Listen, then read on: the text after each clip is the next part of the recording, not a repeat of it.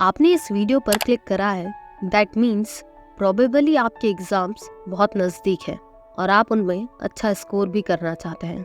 Then yes, आपने एक सही वीडियो ओपन करा है। इस वीडियो में मैं आपको बताऊंगी कि कैसे आप कम टाइम में भी अपने एग्ज़ाम्स की अच्छे से प्रिपरेशन कर सकते हैं। इट डजेंट मैटर कि आपके एग्ज़ाम्स कब है, मे बी वो नेक्स्ट वीक हो या मे बी 2 हफ्तों के बाद हो या शायद आपका एग्ज़ाम कल ही हो। आपको स्ट्रेस लेने की ज़रूरत बिल्कुल भी नहीं है। The only thing you need is right mindset. सबसे पहली चीज़ जो आपको करनी है वो ये कि आपको अपने माइंडसेट को चेंज करना है, उसे रीवायर करना है। और अपने माइंड को रिवायर करने के लिए 3 चीज़ें आपको करनी है। सबसे पहले आपको पैनिक नहीं करना है। You just need to be relax. बस रिलैक्स हो जाइए और ये जान लीजिए कि कोई भी एग्ज़ाम क्यों ना हो, उसे क्लियर करा जा सकता है। थोड़ी सी मेहनत और स्मार्ट वर्क के साथ आप उस एग्ज़ाम को क्लियर कर सकते हैं। सेकंड चीज़ जो आपको करनी है वो ये कि आपको अपनी स्टडीज़ को एज अ गेम समझना है। आपको उसे एज अ बोरिंग चीज़ बिल्कुल भी ट्रीट नहीं करना है।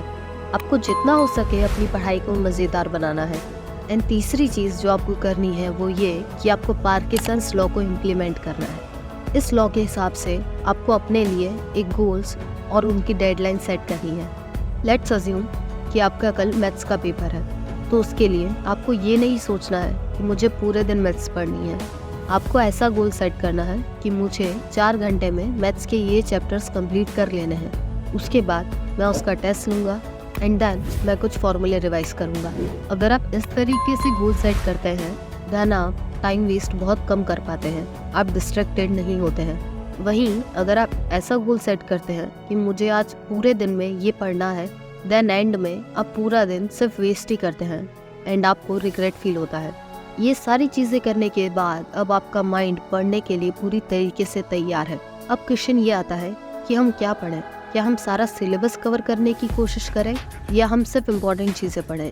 पढ़ते वक्त एक गलती जो हम सब करते हैं वो ये कि हम सारी चीज़ें पढ़ने की कोशिश करते हैं, लेकिन जब आपको पता है कि अब आपके एग्ज़ाम में ज़्यादा टाइम नहीं है तो आपको सब कुछ पढ़ने की कोशिश नहीं करनी है।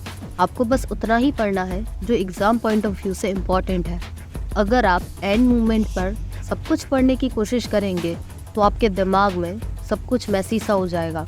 आप सारी चीज़ें कवर भी नहीं कर पाएंगे एंड जितना भी आपने पढ़ा होगा वो आपने डीपली नहीं पढ़ा होगा, तो इस बात के बहुत चांसेस होंगे कि आप उन चीज़ों को एग्ज़ाम में याद भी नहीं रख पाएंगे। इससे तो अच्छा ये होगा कि भले ही आप 60% कोर्स पढ़ें लेकिन उसे अच्छे तरीके से समझें और याद करें। अब आपने ये तो डिसाइड कर लिया कि कौन कौन से टॉपिक्स आपको पढ़ने हैं, लेकिन हमारा गोल ये है कि हमें कम टाइम में ज़्यादा पढ़ना है। तो हमारे पास इतना टाइम तो नहीं है कि हम हर एक टॉपिक के नोट्स बनाएं। लेकिन प्रॉब्लम ये भी आती है कि अगर हम नोट्स नहीं बनाएंगे तो हम उसे रिवाइज कैसे करेंगे। तो इसके लिए एक सॉल्यूशन है। आपको करना ये है कि जो भी टॉपिक्स आपने लिखे हैं जिनको आपको कंप्लीट करना है, तो उसके नोट्स बनाने के लिए आप गूगल डॉक्यूमेंटेशन का यूज़ कर सकते हैं। जो भी टॉपिक्स आपको पढ़ने हैं या जो टॉपिक्स आप पढ़ रहे हो उसके कीवर्ड्स आप उसमें लिखते जाइए और जब रिवीजन का टाइम आए तब आप उसी में से रिवाइज कर लीजिएगा। और ऐसे ही आपको हर एक टॉपिक के लिए अपने नोट्स ऑर्गेनाइज कर लेने हैं। आपको नोट्स ऑर्गेनाइज करने में ज़्यादा टाइम इन्वेस्ट नहीं करना है। नोट्स अगर थोड़े मैसे भी होंगे तो भी चलेगा, हम लेटर ऑन उन्हें ऑर्गेनाइज अच्छे से कर सकेंगे। ऑलवेज कीप इन माइंड कि आपके पास टाइम कम है, आपको कम टाइम में ज़्यादा स्कोर करना है। Let's move to another thing. जब आप अपने नोट्स ऑर्गेनाइज कर लें देन आपको एक सेपरेट गूगल डॉक्स तैयार करना है जहाँ पर आप अपने लिए एक क्वेश्चन पेपर तैयार करेंगे। आप अपना टेस्ट लेंगे, एक self test. Self test create करने के 3 तरीके हैं। सबसे पहला है आप अपने नोट्स के अकॉर्डिंग अपने लिए क्वेश्चंस बनाएं। ये टेस्ट का सबसे स्ट्रेट फॉरवर्ड तरीका है। इसमें आपको अपने नोट्स के according multiple choice questions prepare करने हैं। सेकंड तरीका है एआई की मदद से। आप एआई के जरिए अपना क्वेश्चन पेपर तैयार करवा सकते हैं। आप उसे अपनी एग्जाम्स के बारे में या अपने टॉपिक के बारे में डिटेल्स दे दीजिए एंड देन उसमें से वो कुछ अच्छे क्वेश्चंस फ्रेम करके आपको दे देगा।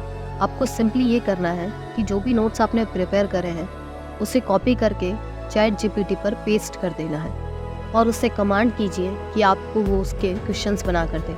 आप सिंपली उसे सेव कर सकते हैं या उसका प्रिंट आउट निकाल सकते हैं। एंड तीसरा तरीका है past year papers. Past year paper solve करना सबसे बेस्ट तरीका होता है।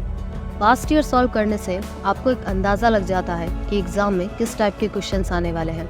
एक चीज़ जो आप और कर सकते हैं वो ये कि जो नोट्स आपने प्रिपेयर करे हैं आप उन नोट्स को ऑडियो फॉर्म में कन्वर्ट कर सकते हैं, और ऐसा आप किसी भी एआई टूल की मदद से कर सकते हैं। ऐसा करने से जब आप ट्रैवल कर रहे होंगे तब भी आप अपना रिवीजन कर पाएंगे, एंड ये रिवीजन माइट भी सबसे पावरफुल रिवीजन होता है। अनदर थिंग जो आपको एग्ज़ाम से एक दिन पहले करनी है वो ये कि पूरे दिन में आपने जो कुछ भी पढ़ा है उसका रिवीजन आपको सोने से पहले ज़रूर करना है। जो भी टॉपिक आपने पढ़े हैं उसका 10 to 15 मिनट्स में रिवीजन आपको एक बार सोने से पहले ज़रूर करना है। एंड एट लास्ट जब आप सोने के लिए जाएं तो एक रिलैक्सिंग सा म्यूज़िक प्ले कर दीजिए। इससे आपका माइंड बहुत ज़्यादा रिलैक्स्ड फील करेगा और आपको एक पीसफुल नींद आएगी, और जितनी अच्छी और गहरी आपकी नींद होगी उतना ही अच्छा आप चीज़ों को रिकॉल कर पाएंगे। अगर आप एग्ज़ाम से एक रात पहले ये सारी चीज़ें कर लेते हैं then there is no doubt आप एग्ज़ाम में बहुत अच्छा स्कोर कर लेंगे।